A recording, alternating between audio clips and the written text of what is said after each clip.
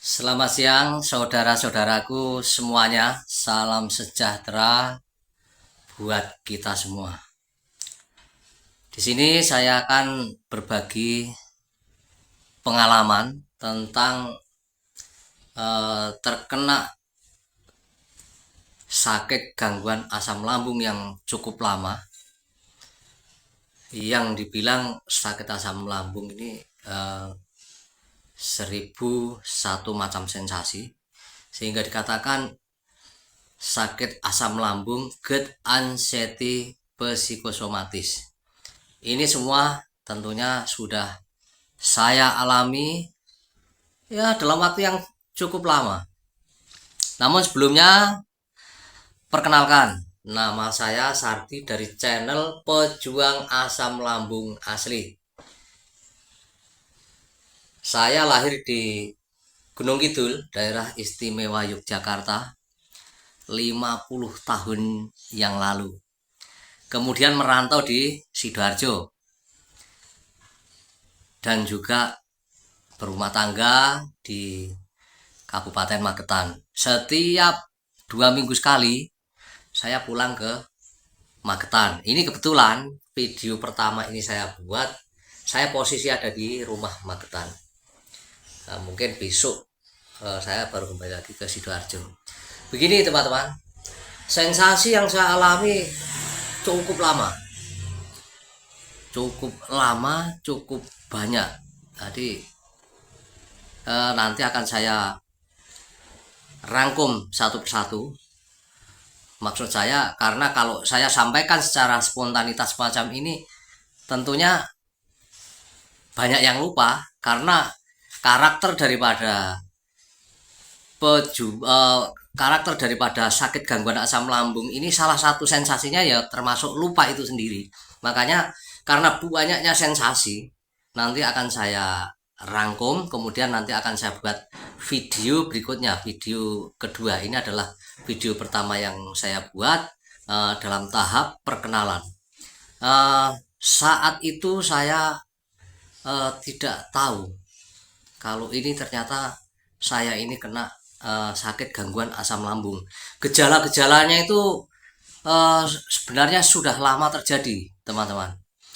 Saat adanya corona itu saya sebenarnya sudah terkena lambung. Artinya waktu itu belum kena psikisnya, jadi masih fisik. Fisik sudah kena. Saya BAB berdarah-darah waktu itu. Tapi kecemasan belum ada. Kemudian saya hanya ke dokter umum biasa, itu nggak cocok, masih terus berkelanjutan. Akhirnya saya datang ke spesialis, dokter spesialis. Saya diberikan resep untuk membeli obat, khususnya untuk yang saat itu saya BAB berdarah itu. Resep saya bawa, saya beli, saya muter di daerah Sidoarjo itu, saya tidak menemukan obat yang diberikan oleh dokter melalui resepnya itu. Karena apa? Waktu itu mangkar corona, sangat sulit mencari obat waktu itu. Lah pada akhirnya saya dapat obat sesuai resep yang dimaksud dokter itu. Akan tetapi ternyata obat yang ada, yang tersedia di apotek besar waktu itu fungsinya sama, mereknya sama, cuma beda pabrik gitu katanya. Itu tetap saya beli, namun waktu itu tidak sembuh juga saya BAB berdarah itu. Kemudian saya kembali lagi ke dokter umum yang biasa saya datang itu, ya diberikan obat biasa lah, obat diare biasa. Ya alhamdulillah waktu itu nggak tahu lah itu kok ada perubahan, akhirnya bisa sembuh lah. Bisa sembuhnya itu saya karena tidak tahu bahwa lambung, kemudian asam lambung itu bisa mencapai namanya anxiety psikosomatis. Saya nggak tahu tentang semacam itu, sehingga setelah saya merasa enak, pola hidup saya itu kembali lagi berantakan semau saya sendiri. Makan yang pasti terlambat, dan saya adalah perokok berat. Ngopi dalam satu hari bisa pindah sampai 5 tempat, 5 kali ngopi. Tidur nggak teratur, kadang semalaman nggak tidur. Saya bertemu dengan teman-teman, teman-teman pengen ketemu ya, kebetulan saya ini biasa dimintai tolong tentang teman-teman karyawan pabrik yang membutuhkan bantuan saya, karena saya masih menjadi pengurus organisasi, ketua pengurus organisasi perburuan. Nah, di situ mau tidak mau permintaan teman-teman nggak bisa saya tolak, saya layani, karena tugas saya memang melayani teman-teman perburuan itu, baik yang punya kasus, baik yang pengen sharing-sharing, itu yang saya layani. Semboyan saya apa? 1 kali 24 jam itu saya peruntukkan untuk teman-teman dalam em, mendiskusikan setiap persoalan yang terjadi di dalam perusahaan mereka masing-masing. Nah, dari situlah pola hidup yang tidak karu-karuan itu, waktu itu saya punya fisik yang sangat kuat, sangat luar biasa sebelumnya. Nah, ternyata nggak tahu jarak berapa bulan atau berapa tahun itu, itu saya terkena lagi tenggorokan saya ini sakitnya minta ampun, dipakai nelan, dipakai apa ya, saya pakai minum, pakai makan, itu sakitnya luar biasa. Nah, saat itu pula saya berpikir, saya sudah ada kebingungan waktu itu, saya urut ke dukun pijet itu, saya urut itu. Kalau kalau pendapat dukun pijat itu kan dengan dokter tentunya tidak sama. Kalau dokter biasa justru kalau uh, tidak dianjurkan, tapi kalau uh, dukun pijat itu kan punya apa ya, cara tersendiri, sehingga saya bisa dikatakan yang kecapean lah, yang inilah. Tapi ya memang saat pas habis dipijat enak, warm sekali, jarak beberapa hari emang ada perubahan baik. Nah, tapi yang saya nelan sampai kalau minum makan tuh bener-bener nangis teman-teman. Utamanya makan yang pedas, kemudian makan yang apa ya, makanan itu agak agak dingin, nggak hangat. Itu semacam semacam ditonjok ini di dalam leher ini bener-bener saya sampai saya itu semacam ini, eh, berkaca-kaca menangis lah. Nah, akhirnya waktu itu saya memutuskan mengajak istri saya untuk berobat. Saya berobat ke rumah sakit swasta di daerah Sidoarjo. Waktu itu yang saya sampaikan, eh, di dokter THT, telinga hidung tenggorokan, karena tenggorokan saya ini.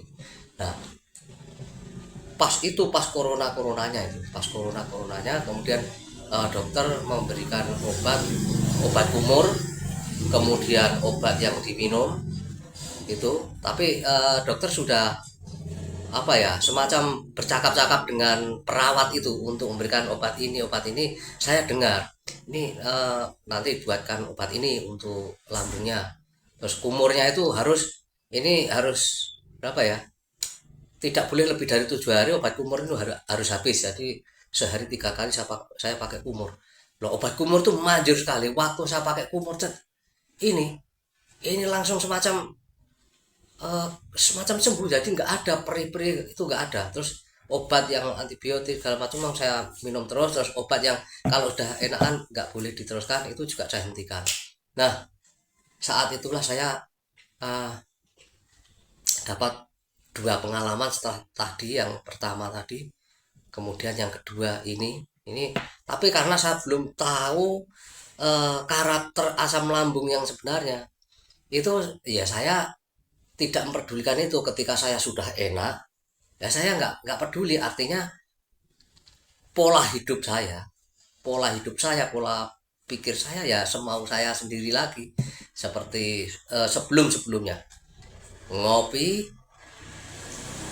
eh, tidur nggak teratur, bahkan sering tidak tidur, kemudian makan semau saya sendiri.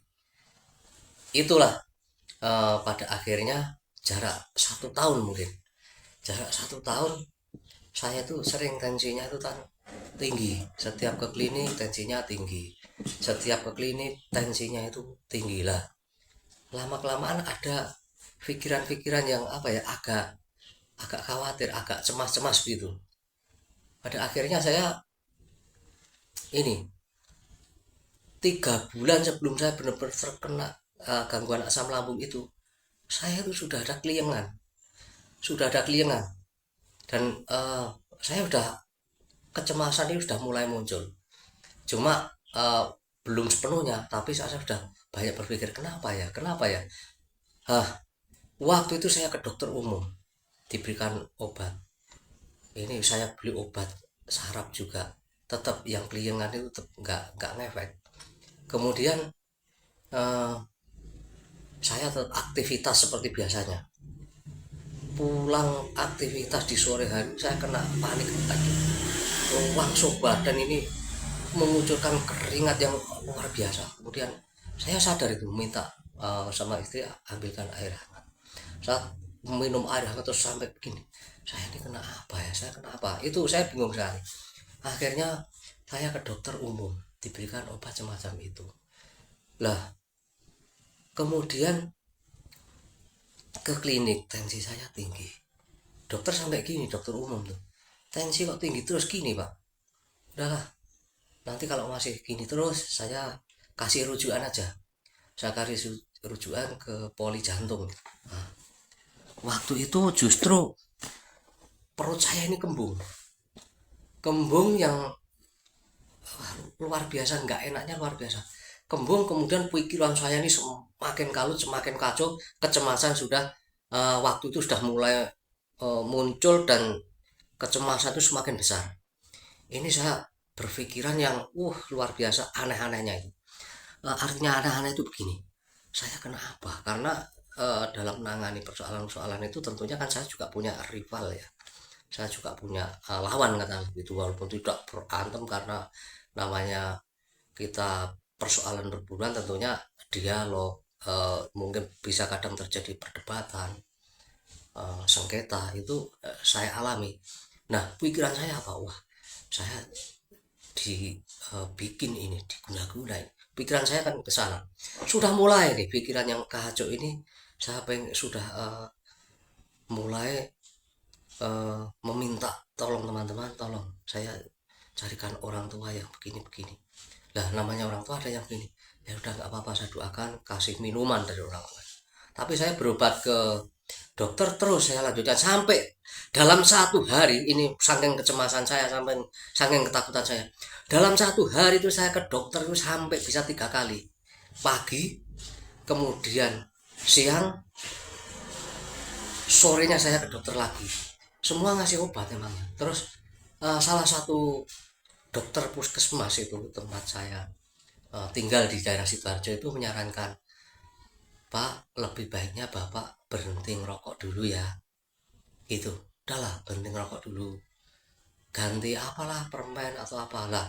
Waktu itu benar saya berhenti, mencoba menghentikan rokok, kemudian ganti ini namanya, mohon maaf ya, semacam permen lah, ada permen tapi saya nggak nyebut merek ya, yang kemasan kaleng itu, yang biasa dikonsumsi orang-orang yang tidak perokok.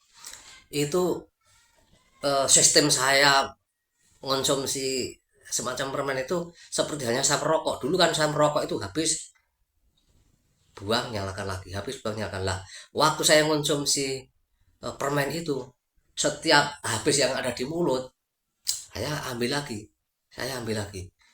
lah sambil aktivitas itu pikiran saya sudah kemana-mana sebenarnya. Lah akhirnya saya kembung perut ini nggak bisa hilang. Ini sampai gimana, saya pikiran saya begitu. Kembungnya di perut ini, buang angin nggak bisa, buang kotoran bisa, tapi diare, tapi ya itu tadi, semacam perut ini kayak penuh terus gitu. Nah waktu itu akhirnya semacam banyak air gitu. Jadi saya analisa sendiri, apa gara-gara permen ini kan saya ini semacam di mood itu, di mulut itu kan mengeluarkan air terus tak telan, apakah ini harus tak hentikan. Permen pun itu waktu itu saya hentikan juga, saudara-saudaraku, saya hentikan. Kemudian klinik memutuskan untuk memberi rujukan saya ke salah satu rumah sakit swasta di Sidoarjo. Saya dirujuk ke Poli Jantung. Waktu di Poli Jantung saya eh, periksa, pulang diberikan obat, ya semacam obat untuk tensi itu. Tensi saya memang tinggi waktu itu, sering tinggi.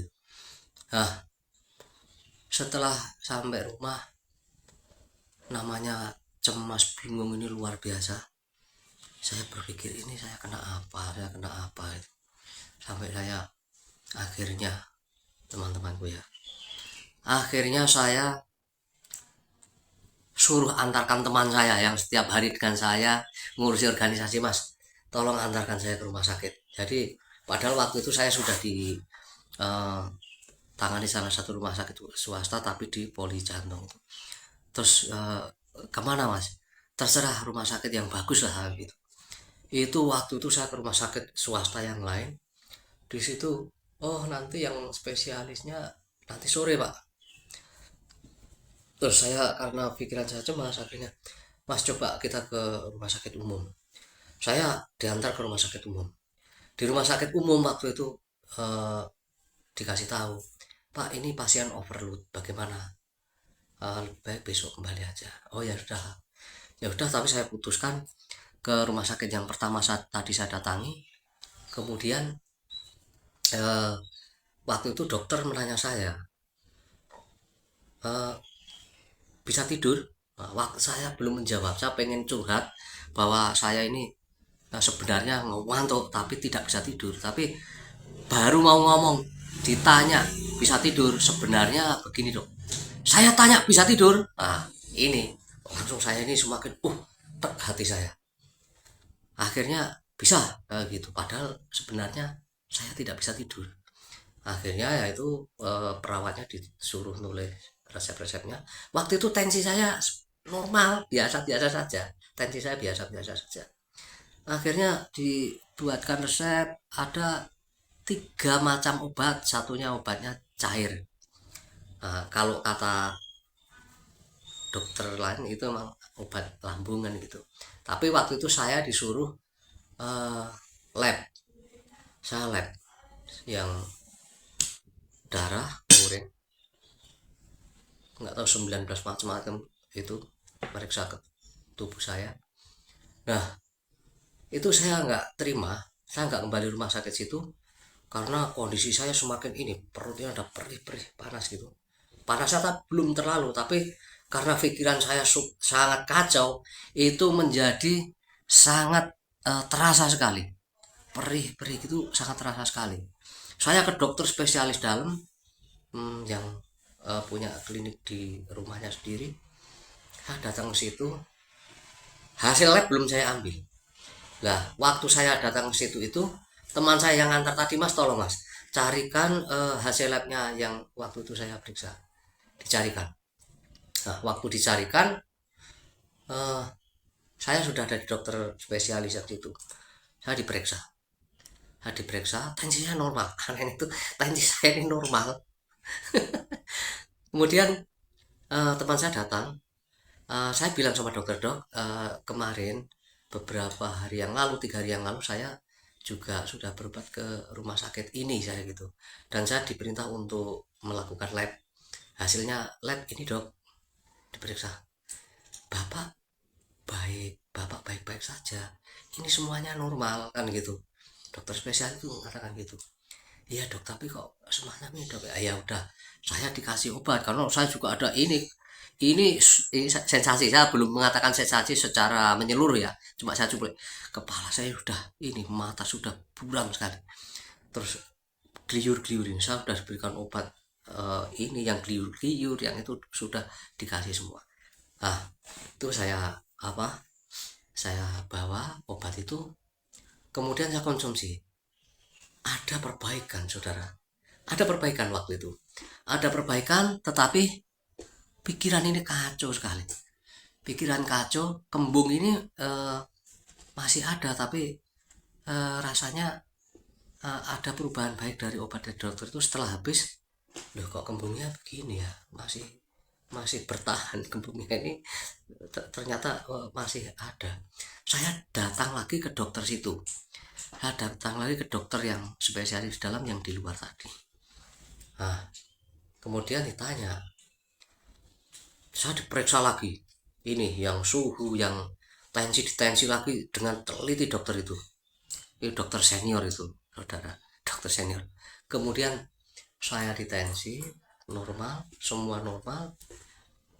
Beliau bilang begini, Pak, Bapak ini sehat, Bapak tidak apa-apa. Terus obatnya gimana? Ya tadi kemarin tuh ada baiknya dok, ini sekarang kok begini lagi ya, saya gitu.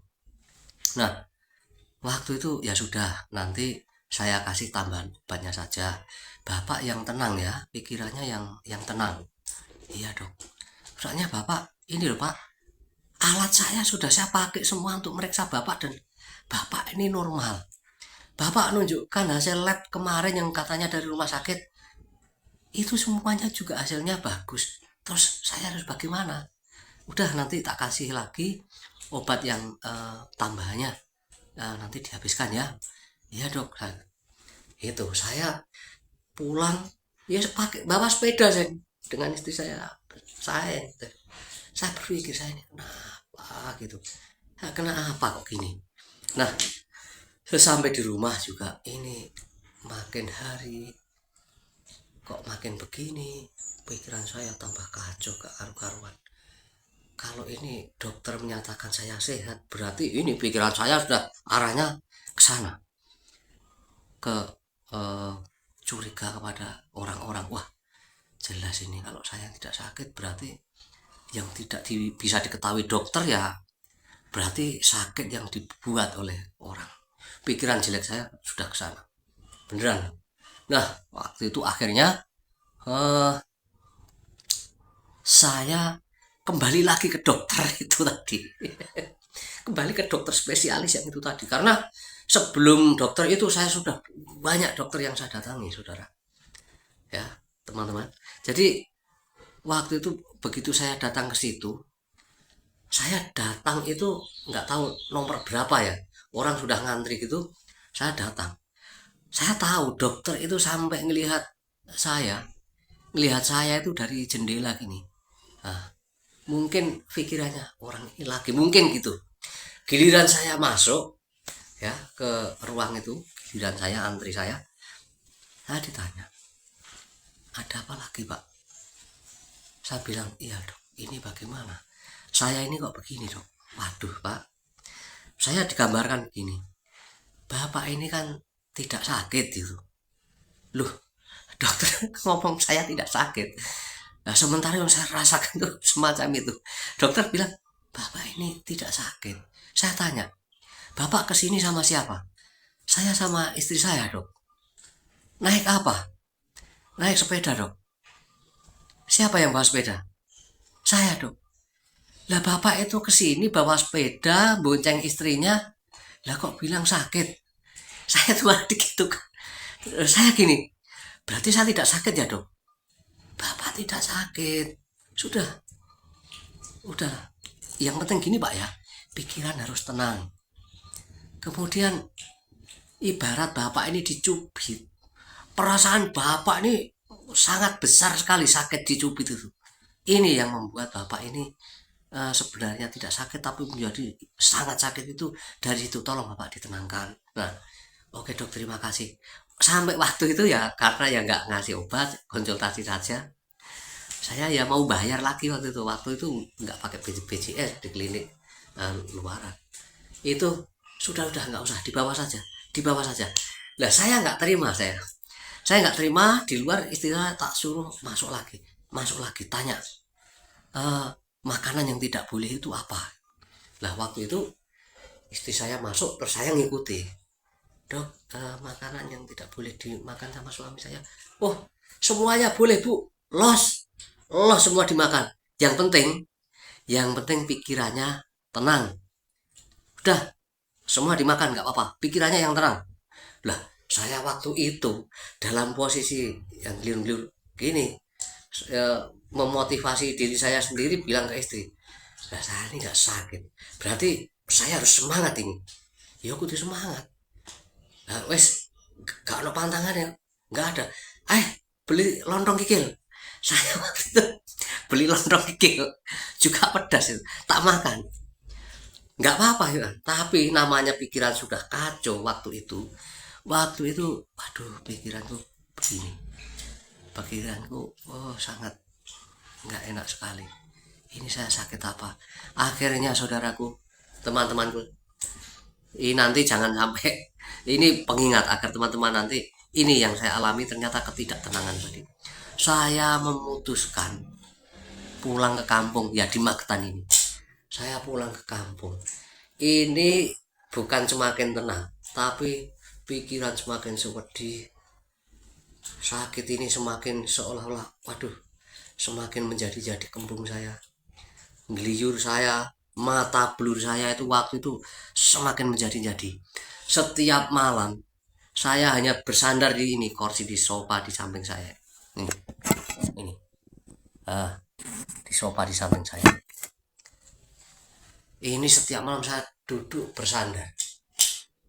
Karena kalau saya baringkan ini panas ke dada, perut naiknya ke dada, panas sekali. Nah itu akhirnya saya bersandar setiap malam.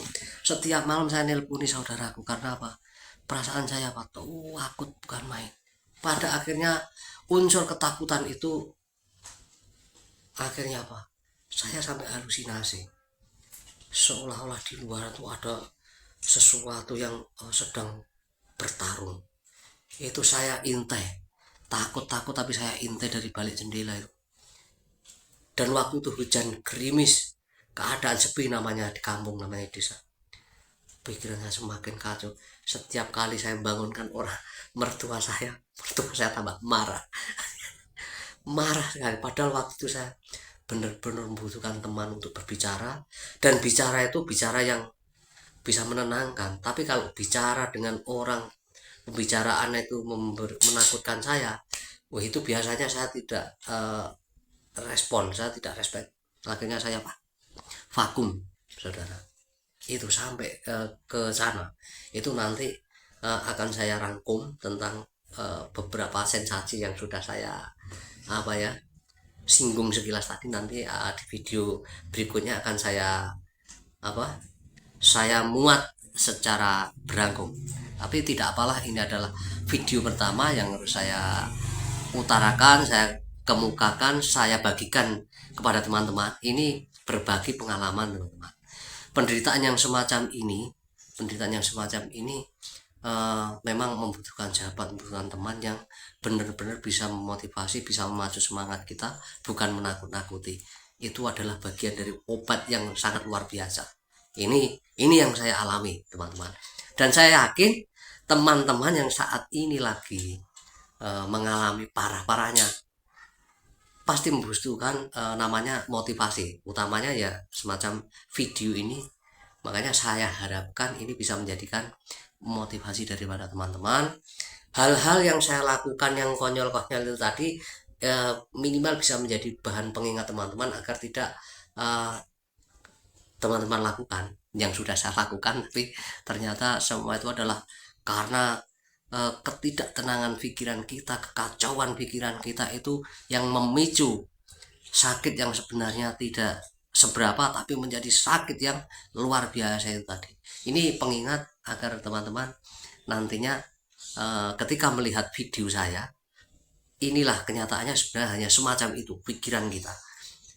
Motivator, mentor-mentor yang sudah berpengalaman, yang sudah memberikan motivasi, video-video itu memang benar adanya. Itu memang benar adanya, teman-teman. Kelanjutannya nanti banyak sekali video yang akan saya sampaikan. Artinya saya bertujuan untuk bagaimana teman-teman, saudara-saudaraku semua dimanapun kalian berada, itu segera bisa bangkit, segera bisa bebas dari gangguan asam lambung ini, karena dokter manapun pasti akan mengatakan obatnya ini dari pikiran kita. Itu teman-teman, sekilas perkenalan saya, kemudian apa yang saya sampaikan tentang pengalaman pertama saya terkena, berikut gejala-gejalanya, dan pada akhirnya saya di Magetan ternyata waktunya tidak pendek, 1 tahun lebih saya tidak bisa ngapa-ngapain, cuma duduk berbaring. Saya masuk di rumah sakit di Opnam, rawat inap di rumah sakit daerah Magetan dan Madiun sampai 3 kali teman-teman. Pertama 5 hari, yang kedua 3 hari, yang ketiga itu 6 hari di rumah sakit Madiun, rumah sakit swasta. Dan semua dokter yang merawat saya pada saat itu hasilnya bagus. Jadi saya selama terkena gangguan asam lambung ini, mulai Sidoarjo sampai saya harus memutuskan mencari pengobatan di kampung, ini saya melakukan lab itu sampai sebanyak 6 kali. Lab, USG, EKG itu sampai 6 kali. Dan hasilnya semua sama, baik. Hasilnya itu baik. Tapi yang tidak baik ini ternyata pikiran kita ini ternyata yang tidak baik. Nah, dari situ tidak selesai sampai di situ teman-teman. Karena saudara saya semuanya ada di sana, Jawa Tengah, di Semarang sana. Setiap malam tak ajak begadang lewat telepon. Saya mencari teman, telepon, semua saudara tak telepon di bergantian. Akhirnya saudara-saudara saya kan semua juga sudah berkeluarga, bahkan sudah punya cucu. Kan bingung memikirkan sikap saya, kemudian keadaan saya. Akhirnya saya dibawalah ke Semarang. Saya ada di Semarang hampir 2 bulan. Di sana itu tujuannya apabila nanti kambuh begini-begini, ada ponaan-ponaan saya yang nanti mengantarkan berobat atau kemana gitu. Tapi ternyata setelah ada di sana itu ya cuma duduk, makan, berjemur, itu setiap harinya semacam itu. Kemudian saudara saya yang satunya pertama kali mengajak saya dibawa ke akupuntur temannya, ditusuk pakai jarum itu ya, karena liur-liur saya itu. Nah waktu itu teman saya, emas saya itu, kakak saya itu bilang, ini teman saya ini berpengalaman. Dia bilang gitu cerita ke saya, agamanya Kristen tapi orangnya pinter. Iya, gak apa-apa. Lah waktu di sana saya ditusuk ini pakai jarum-jarum, saya dilepas satu persatu. Gimana Pak, ada perubahan? Saya bilang enggak, yang di sini dilepas kan ada darahnya. Gimana Pak? Enggak, tetap sama saja. Terus beliau bilang begini, Pak, pasien saya ini yang semacam Bapak ini 6, tapi Bapak ini yang paling bagus. Jadi saya ini sudah pucat, saya ini pucat sekali, pucat, rambut saya berantakan ini. Nah itu waktu itu orang yang nangani saya bilang 6, pasien saya semacam sampean ini 6 Pak, tapi sampean yang terbaik, artinya tidak parah. Yang kemarin-kemarin itu sudah putih, pucat sekali, kurus sekali, ini sampai ini masih bagus ini. Cuma gini, saya gini, kamu kalau lampu mati gitu takut ya? Iya saya takut. Kamu kalau ada apa semacam ambulan itu takut ya? Iya saya takut tahu. Kamu kalau ada apa itu tidur sendirian di kamar kan nggak berani, kamarmu dikunci ditutup dari dalam. Iya Pak, pasti saya pintu saya buka, ini saya memang takut, intinya saya takut apa-apa. Iya bener Pak. waktu itu begini ya, merintah ponak saya, Mas, nanti Pak Lekmu ini bukakan video, ini videonya itu video Pak Suyono Listrik, jadi channelnya Bribka Suyono atau Suyono Listrik. Ini nanti bukakan ya Pak Lekmu. Lah, ponakan saya enggak apa ya, terus menyuruh saya terus bukan ini Om, enggak. Nah, waktu itu akhirnya malam hari itu saya sambil tiduran. Saya sambil tiduran itu saya buka YouTube. Mohon maaf, mohon maaf Pak Komandan Bribka Suyono, bukan video pertama Bapak yang saya buka. Justru saya ini membuka ketemu yang muncul pertama itu YouTube-nya Hobi Mas DJ. Hobi Mas DJ tak puter waktu itu. Kemudian tak puter, saya bisa tersenyum sendiri tuh tengah malam. Saya tersenyum. Kemudian ada lagi muncul ini channelnya Pak Abdul Rahman. Nah, Pak Abdul Rahman ini saya, loh, ini semakin saya bisa tertawa, padahal hampir 1 tahun lebih saya itu nggak bisa tersenyum. Nah, waktu itu malam hari sambil tidur bisa tersenyum. Oh, ternyata begini tuh asam lambung itu. Yang ketiga ini punya Pak Komandan Pak Bribka Suyono itu. Pak Bribka Suyono tak buka. Ini semakin sensasinya kan dirangkum Pak Bribka Suyono itu. Sensasinya kalau nggak salah 65 atau 60 gitu. Saya nggak lupa itu.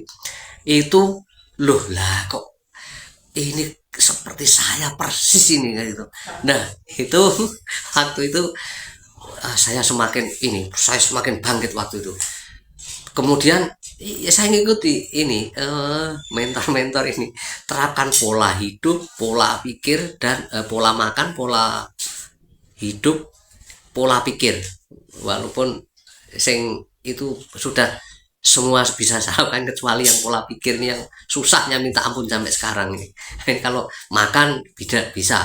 Dulu 7 kali makan. Sesuai petunjuknya para mentor-mentor yang sudah pengalaman memberikan motivasi itu saya ikuti. Kemudian apa itu pola hidup, tidur. Nah, tidur sudah bisa mulai pelan-pelan nyenyak. Mimpi-mimpi yang buruk yang dialami seperti teman-teman seperti sampean juga, ini mimpi buruk-buruk itu semakin tidak saya hiraukan, karena semakin kita hiraukan mimpi itu akan menjadi mimpi. Nggak ada yang namanya mimpi indah tuh, mimpinya buruk semua, arahnya kematian, arahnya yang jelek-jelek, nggak ada mimpi indah itu. Nah, akhirnya apa, nggak tak reken mimpi itu nggak tak hiraukan sama sekali. Nah, saya bisa tidur itu ini atas berkat channelnya Pak Bribka Suyono ini memberikan afirmasi benar-benar sampai dalam waktu lama nggak bisa diputar, sampai saya di komen lagi, Pak tolong itu apa itu afirmasinya tolong bisa diputar lagi Pak, ini sangat membantu sekali, sangat memanjakan sekali itu Pak. Jadi waktu itu ya pertama saya buka, saya ikuti panduan afirmasi meditasi yang dimiliki oleh Pak Bribka Suyono itu. Pertama belum bisa tidur tapi enak sekali. Makin kesini ini enak, bisa tidur. Makin kesini tak puter baru dapat separuh, itu saya sudah tertidur. Lama kelamaan beneran nih, lama-kelamaan beneran baru tak puter gitu, itu saya sudah bisa tidur. Jadi kata salah satu mentor, memang namanya tidur itu bisa diprogram, itu kata Mas Oji dari NTB. Itu juga saya minta bantuan Mas Oji itu belum sampai baru tak putar gini, ini sudah tertidur dengan meditasi afirmasi yang dipunyai Bapak Bribka Suyono. Saya terima kasih sekali Pak Bribka Suyono. Bahkan sampai sekarang pun kalau saya pas pikiran lagi kacau ini tak putar lagi. Sekarang ini pun saat saya bikin video ini, barangkali ini saudara-saudaraku, teman-temanku sekalian, video pertama saya, perkenalan saya tentang berbagi pengalaman sakit gangguan asam lambung yang saya alami. Semoga teman-teman segera bangkit, nek ngomong sembuh lah, wong tidak sakit kok sembuh. Bangkit intinya teman-teman kan tidak ada masalah apa-apa. Cuma pikiran yang kacau ini yang membuat masalahan gitu. Nah, akhirnya karena sudah melihat yang semacam ini, walaupun sulit, nanti teman-teman memang perlahan pasti akan kembali seperti yang semula. Walaupun saya saat membuat video ini belum sepenuhnya saya ini total, saya masih ada sensasi-sensasi yang sering kali membuat saya cemas sampai saat ini. Tapi biarkan, yang penting jalani saja. Terus kita harus bahagia, semangat. Saya doakan teman-teman juga akan mengikuti saudara-saudara kita yang sudah melewati, termasuk saya ini ya sudah melewati, walaupun masih ada sisa-sisa yang harus dituntaskan. Begitu teman-teman, ada salahnya, ada kurang lebihnya, tentunya saya mohon maaf yang sebesar-besarnya. Semoga video ini ada manfaatnya. Kalau teman-teman ikhlas, teman-teman mau, monggo di subscribe, di like, syukur dibagikan. Apabila tidak, ya tidak apa-apa ya, karena tujuan saya mudah-mudahan orang-orang yang sudah terkena gangguan asam lambung ini, tujuan saya semoga bisa bangkit seperti semula lagi ya. Terima kasih. Assalamualaikum warahmatullahi wabarakatuh. Salam sejahtera untuk kita semua.